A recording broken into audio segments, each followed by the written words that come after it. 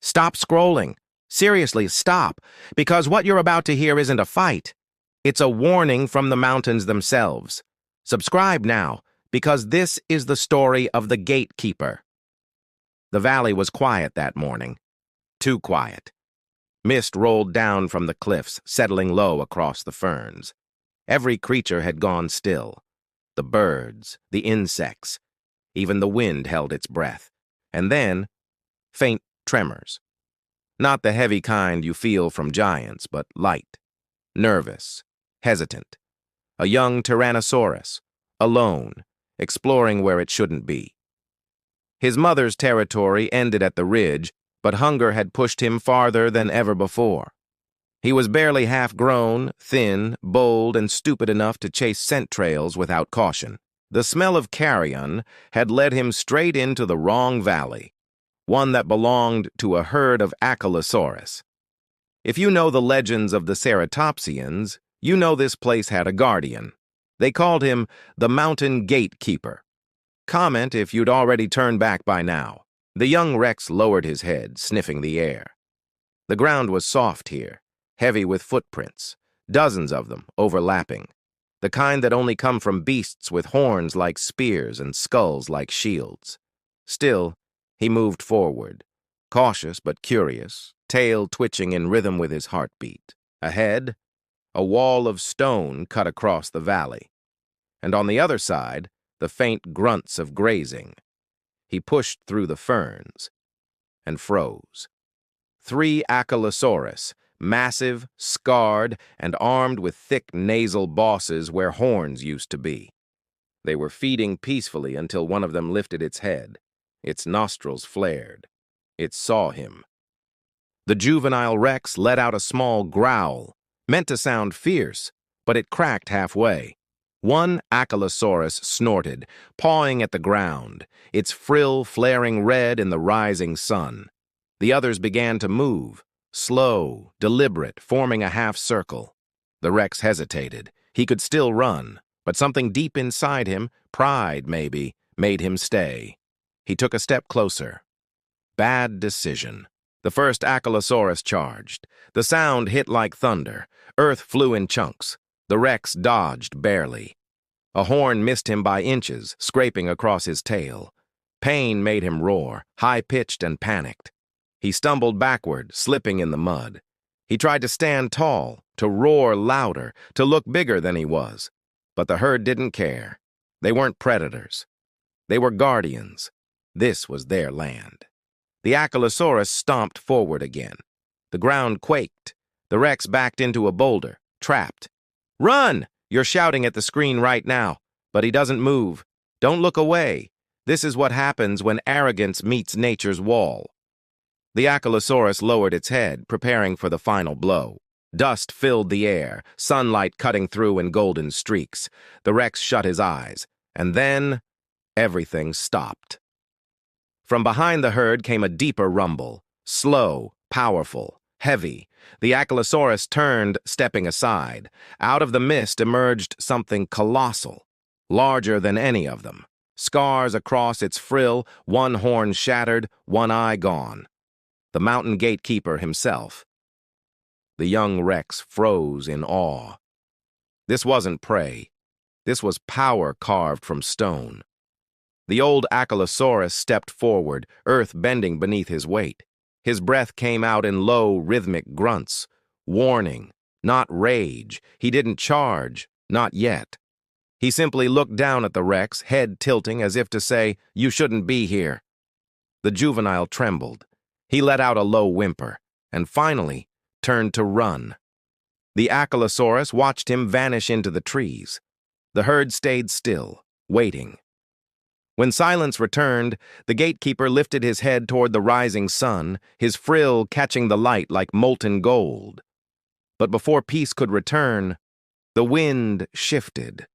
Another roar echoed from the distance, deeper, older, female. The young Rex wasn't alone anymore.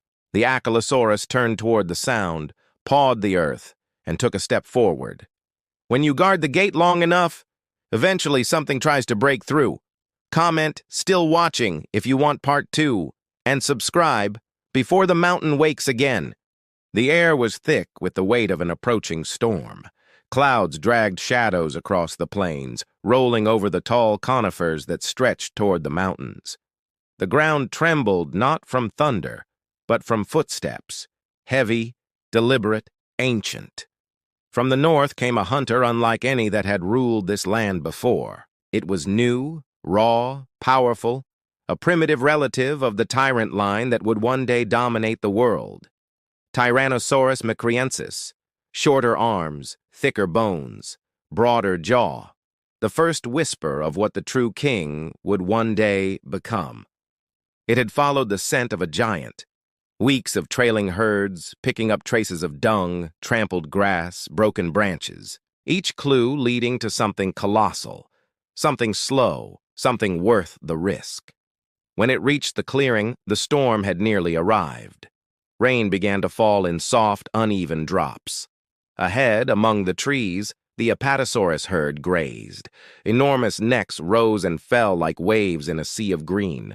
Every breath they took seemed to make the air tremble. And there, lagging behind the herd, was one.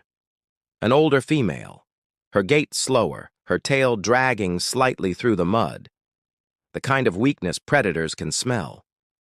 The Mcraeensis stopped. It crouched, nostrils flaring, yellow eyes narrowing, hunger pressed against instinct. This was no small hunt, one wrong strike, and her tail could crush ribs like sticks. But hunger doesn't reason. It waits until it's unbearable. The first roar tore through the valley like a cannon blast. Birds erupted from the canopy. The Apatosaurus lifted their heads in alarm, tails whipping. The herd began to move, thunder rolling with every step. But the old one stayed. She turned, slow, eyes clouded with age, facing the shadow moving through the rain. The predator charged. Mud exploded beneath its feet. Its jaws opened wide, teeth glinting white in the gray stormlight. It hit the Apatosaurus low, slamming into her side. Flesh gave, bones strained. But she didn't fall. She twisted, her neck sweeping down in one impossible motion, tail swinging from the other end like a wrecking beam. The blow missed by inches. The air itself seemed to scream from the force. The predator circled, patient, breathing hard. The Apatosaurus bellowed, the sound shaking the trees. She planted her feet deep into the wet earth, her tail rising again. The Mcraeensis darted forward, snapping at her flank, tearing skin but not enough to bring her down. The smell of blood mixed with rain. The predator bit again, this time higher, closer to the spine. The Apatosaurus stumbled. For a heartbeat, victory seemed close. Then her tail came down. The sound was like a thunderclap. The Mcraeensis was thrown sideways, rolling through the mud, gasping. The tail had caught its ribs. One side of its body refused to move. Still, it stood, bleeding, trembling, roaring in defiance. The Apatosaurus swayed. Her breath came in broken gasps, sides heaving. Blood streamed from deep gouges down her flank. She turned away, limping toward the trees where the herd had gone. The Mcraeensis followed, slow, limping, eyes locked on her retreating form. The rain poured harder now, washing crimson into the soil. It didn't matter who fell first, predator or giant. In this place, even survival looked like defeat. The storm swallowed them both, and the valley once again went quiet. Don't scroll. The story isn't over yet. You think the mountains went quiet after the Rex ran? They didn't. Subscribe right now, because what's coming next doesn't roar. It whispers. As the echoes of the last battle fade across the cliffs, the mist deepens again. Dust from the Apatosaurus's steps still hangs in the air. Far beyond the ridge, unseen, something else has been watching. Not massive like the gatekeeper, not loud like the Rex, something smaller, sharper, patient, the hidden hunter. A single Utah raptor crouches among the rocks, feathers shifting with every breath. Its eyes follow the herd of Gastonia grazing along the base of the valley. Thick, armored creatures covered in bone plates and spikes, walking fortresses, impossible prey for most. But not for the pack that waits beyond the ridge. Comment, "Still watching," if you're ready for what's next. The scout lowers itself to the ground, tail stiff, calculating every move. One wrong sound, and the herd will vanish into the forest. He inches closer, silent, testing the wind. The Gastonia herd moves slowly, scraping bark off trees with beak-like mouths, their armor glinting under filtered light. Their tails, tipped with heavy clubs, swing lazily like warning signs. One strike from that could crush bone. The Utahraptor studies them. His mind doesn't just think in hunger, it thinks in tactics. He knows where to bite, where to probe, how to make the armor open. But these creatures are not easy to break. He creeps closer until he is near enough to see the scars etched across one Gastonia's back, the proof of failed hunts from others before him. His claws flex, his breath steadies. And then, a soft click echoes. The Gastonia's head jerks up. It's heard him. Freeze. Seconds stretch forever. The herd halts. Tails raise, their eyes scan the ridge. The Utahraptor doesn't move, not even a blink. But his heart hammers in his chest. The Gastonia stares, nostrils flaring, and then, slowly, lowers its head again.